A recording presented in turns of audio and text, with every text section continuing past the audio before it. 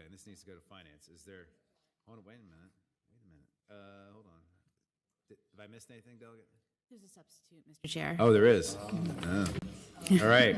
Sorry. Deeds moves, substitute, Boy Scout seconds. All those in favor say aye.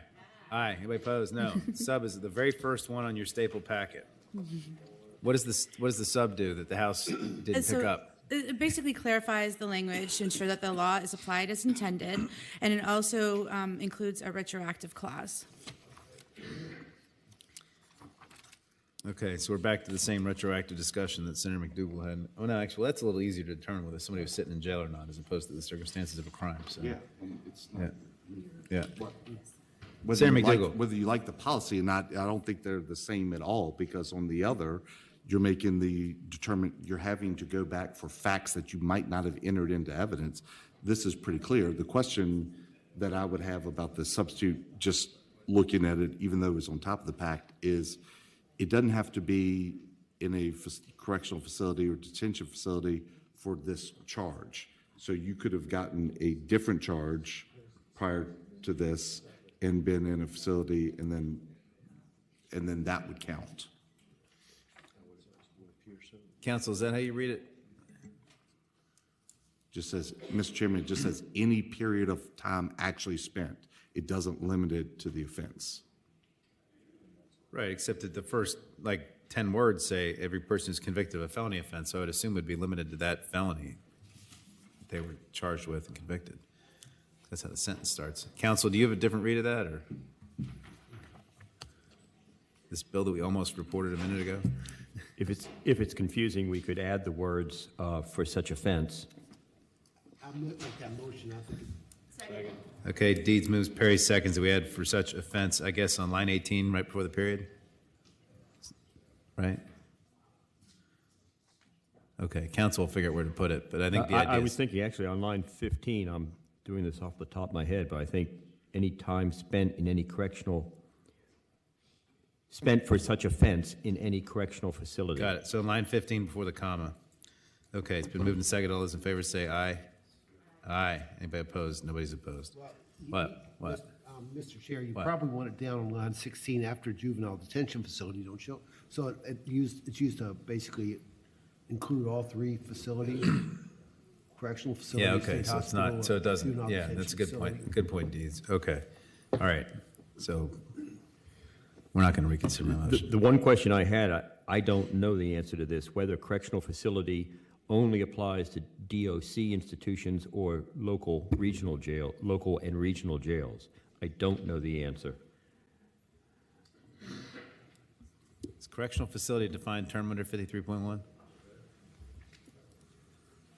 Mr. Chair, we'll check. It may be defined, but we could also just add to line up with the language on line 12, state or local correctional facility, if we want to clarify. Okay, Deeds moves, Perry seconds, that we make that amendment. All those in favor say aye. Aye. Anybody opposed? No. Okay. All right, any other surgery we need to make?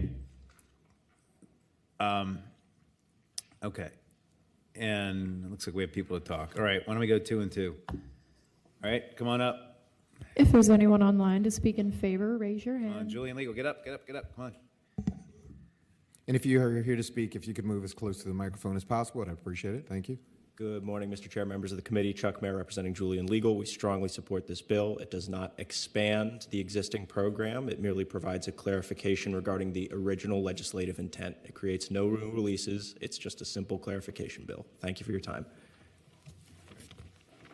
Thank you, Mr. Chairman and members of the committee. My name is Loretta Reichwein. As someone whose entire family has been personally impacted by the decision not to follow through with the original intent of the earned sentence credit bill, I am in full support of House Bill 45.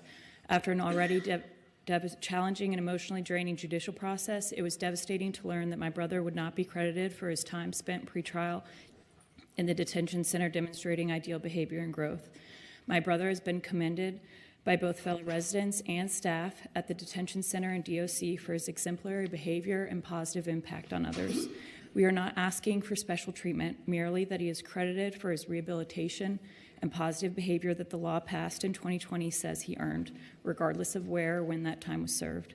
To our family, every additional day we get to spend with my brother, in addition to having him at our sister's wedding, our dad's 75th birthday, graduations and beyond is momentous to us. This bill would only shorten his sentence by 4 months, which would not impact his overall rehabilitation, but as we all know, time is the most precious resource we have. Thank you. Thank you. Next up, we got 35 seconds. Mr. Chair, thank you for this opportunity to address the Senate Courts of Justice Committee. My name is John Lovejoy. 7 years ago, our family encountered the Virginia social justice. That is other people's time, too. Yeah, Sean, Deeds, hold on. Okay. I got it. Hold on 30 seconds. So let me just read this last statement then. I see three key elements embodied in HB 45. Self-improvement and self-discipline of the incarcerated, hope on part of family and friends, and mercy offered by our elected officials and administrators. Two of these elements, hope and mercy, provide the bookends to support the inmates' drive for rehabilitation and self-improvement. Without them, incarceration can easily lead to despair. We thank you for considering this with merciful consideration. And we hope this bill clarifies earned sentence credit accounting, and retroactive application. Thank you. Thank you, sir. I think a lot of us see this as consistent with our original intent, so thanks for your testimony. Come on up. Just who you are, who you're with, you support. Taj Mayenhef, the Humanization Project. Thank you. Yeah. Sean Winetto speaking on behalf of the ACLU of Virginia, and would you support the bill? Got it. Thank you. Anybody online? Mr. Chair, there's no one to speak in favor at this time. Nope. Okay, let's reset the clock. If there's anyone online that would like to speak in opposition, raise your hand. Okay. Attorney General does not want us to redo his legal interpretation. Mr. Chair, you took the words out of my mouth. The Attorney General respectfully opposes the bill. The Attorney General respectfully opposes the bill. Thank you. Okay. Thank Mr. you. Chair. I heard a question for Boysko and Perry, I think. Who wants to go first? I have a question. Perry, go ahead. Mr. Chair, can you explain why that is? The Attorney General, this is an expansion of the Enhanced Earned Sentence Credits Program. I understand that. And the Attorney General respectfully opposes any expansion of the Enhanced Earned Sentence Credits Program. All right. Mr. Chair. Senator Perry and then Boysko after that. Go ahead. Mr. Chair, are you opposed to people getting credit for the time they spent in incarceration? Mr. Chair, Senator Perry, that's already the law under 53.1187. Thank you. Senator Boysko has a question for the AG. I don't have a question, but I just wanted to make a statement. I was the chief patron of the original Earned Sentence Credit Bill, and it was the intention that the interpretation would be consistent with what Delegate Siebold is trying to do here today. We know that when we give people the opportunity to learn and do better, that they will be more successful. And there is data around the country that shows that these are successful and data-driven policies. So thank you for carrying this bill. I appreciate it. Look forward to making a motion to pass the bill. Thank you. Okay. I think it sounds like Senator Boysko wanted to report the bill and re-refer it to Finance.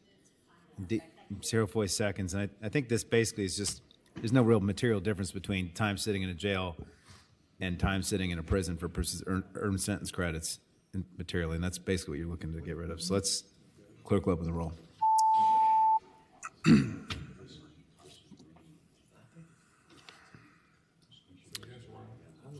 Ayes 10, noes 5. Off to Finance.